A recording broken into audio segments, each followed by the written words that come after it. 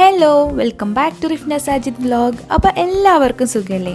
ഞാനിന്ന് ഒരു healthy recipe video ആയിട്ടാണ് വന്നിട്ടുള്ളത്. 3 ഡിഫറെൻറ്റ് ടൈപ്പിലുള്ള ആവിയിൽ വേവിച്ചെടുക്കുന്ന എണ്ണൊന്നും ഇല്ലാതെ ഫ്രൈ ചെയ്തെടുക്കുന്നല്ലാതെ ചെയ്തെടുക്കുന്ന നല്ല അടിപൊളി പലഹാരങ്ങളാണ്. നമുക്ക് 4 മണിക്ക് ഉണ്ടാക്കി കഴിക്കാം, ബ്രേക്ക്ഫാസ്റ്റ് ആയിട്ടോ എങ്ങനെ വേണമെങ്കിലും കഴിക്കാം കേട്ടോ. അപ്പോൾ ഈസി ആയിട്ട് ഉണ്ടാക്കിയെടുക്കാൻ പറ്റുന്ന പലഹാരങ്ങളാണ്. അപ്പോൾ ഇതിൻ്റെ റെസിപ്പീസൊക്കെ എങ്ങനെയാണെന്നുള്ളത് നോക്കാം. നമുക്ക് നേരെ വീഡിയോയിലോട്ട് പോവാം. ആദ്യം തന്നെ നമ്മൾ റാഗി ഇലയടയാണ് ഉണ്ടാക്കുന്നത്. അതിനായിട്ട് ഞാനിവിടെ ഒരു പാൻ എടുത്തിട്ടുണ്ട്. അതിലേക്ക് 1 കപ്പ് വെള്ളം ആഡ് ചെയ്ത് കൊടുക്കുക. അതിലേക്ക് ആവശ്യത്തിന് ഉപ്പിട്ട് കൊടുക്കുക കേട്ടോ. ഇനി ഇത് നല്ല രീതിയിലൊന്ന് തിളച്ച് വരണം. ഇനി നമുക്ക് ഇതിലേക്ക് പൊടിയിട്ട് കൊടുക്കാം. ഞാൻ ആദ്യം ഒരു 1/4 കപ്പ് പൊടി ഇട്ടിട്ട് ഒന്ന് മിക്സാക്കി എടുത്തിട്ടുണ്ട്.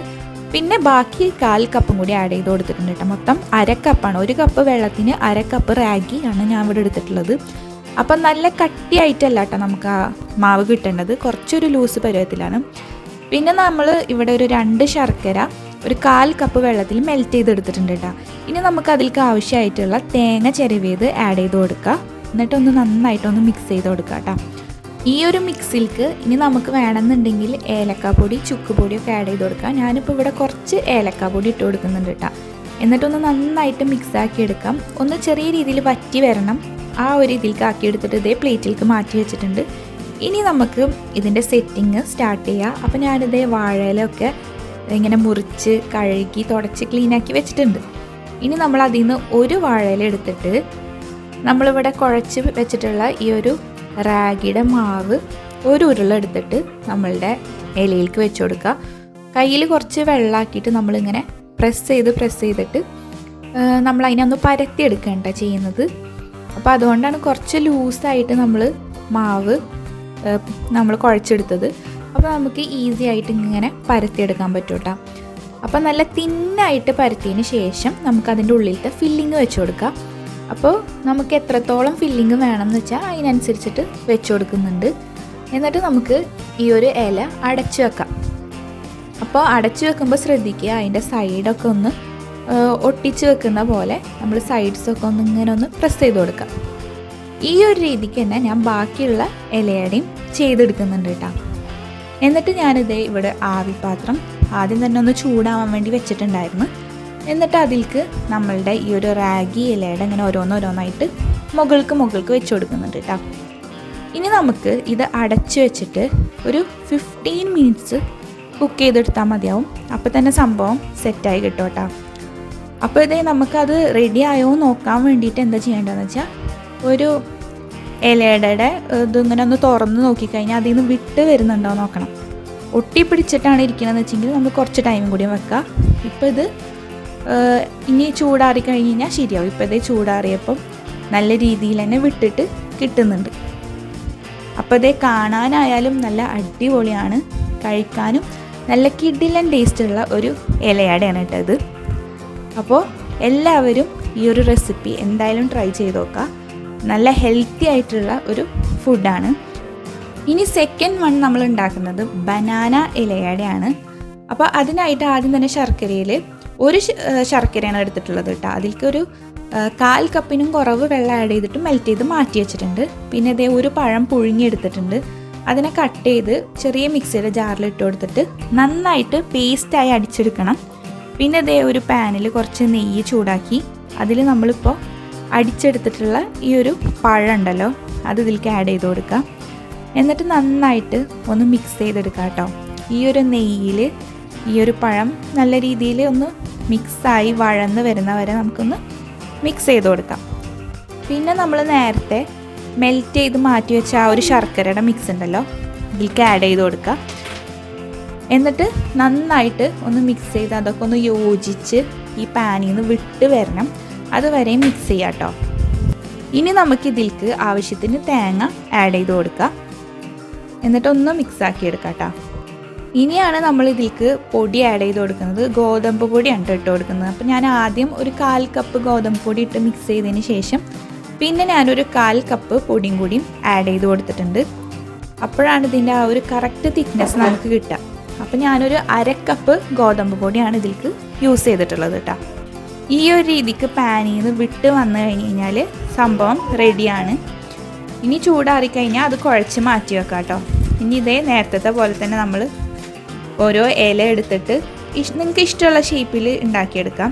ഞാനിപ്പോൾ ഇതേ ഈ ഒരു നമ്മുടെ സമൂസയുടെ ഒക്കെ ഷേപ്പിലാണ് ചെയ്തെടുക്കുന്നത് കേട്ടോ. അപ്പോൾ അതിൻ്റെ ഉള്ളിൽ വെച്ച് ഒന്ന് പ്രസ് ചെയ്ത് കൊടുക്കുക. എന്നിട്ട് അതിനെ മടക്കിയെടുക്കാം കേട്ടോ. ഇതേപോലെ തന്നെ ഞാൻ ബാക്കിയുള്ള ഇലയിലും ചെയ്തെടുക്കുന്നുണ്ട്. ഇനി ഇതേ നമ്മളുടെ ആവി പാത്രത്തിൽ ആദ്യം തന്നെ ചൂടാവാൻ വെച്ചതിന് ശേഷം ഈ ഒരു ബനാന ഇലയുടെ നമ്മളിങ്ങനെ വെച്ച് കൊടുക്കുന്നുണ്ട് മുകൾക്കായിട്ട് അടച്ചു വെച്ചിട്ട്. ഇതും ഒരു 15 മിനിറ്റ്സ് കുക്ക് ചെയ്ത് എടുത്താൽ മതിയാവും. സംഭവം റെഡിയായി കിട്ടും കേട്ടോ.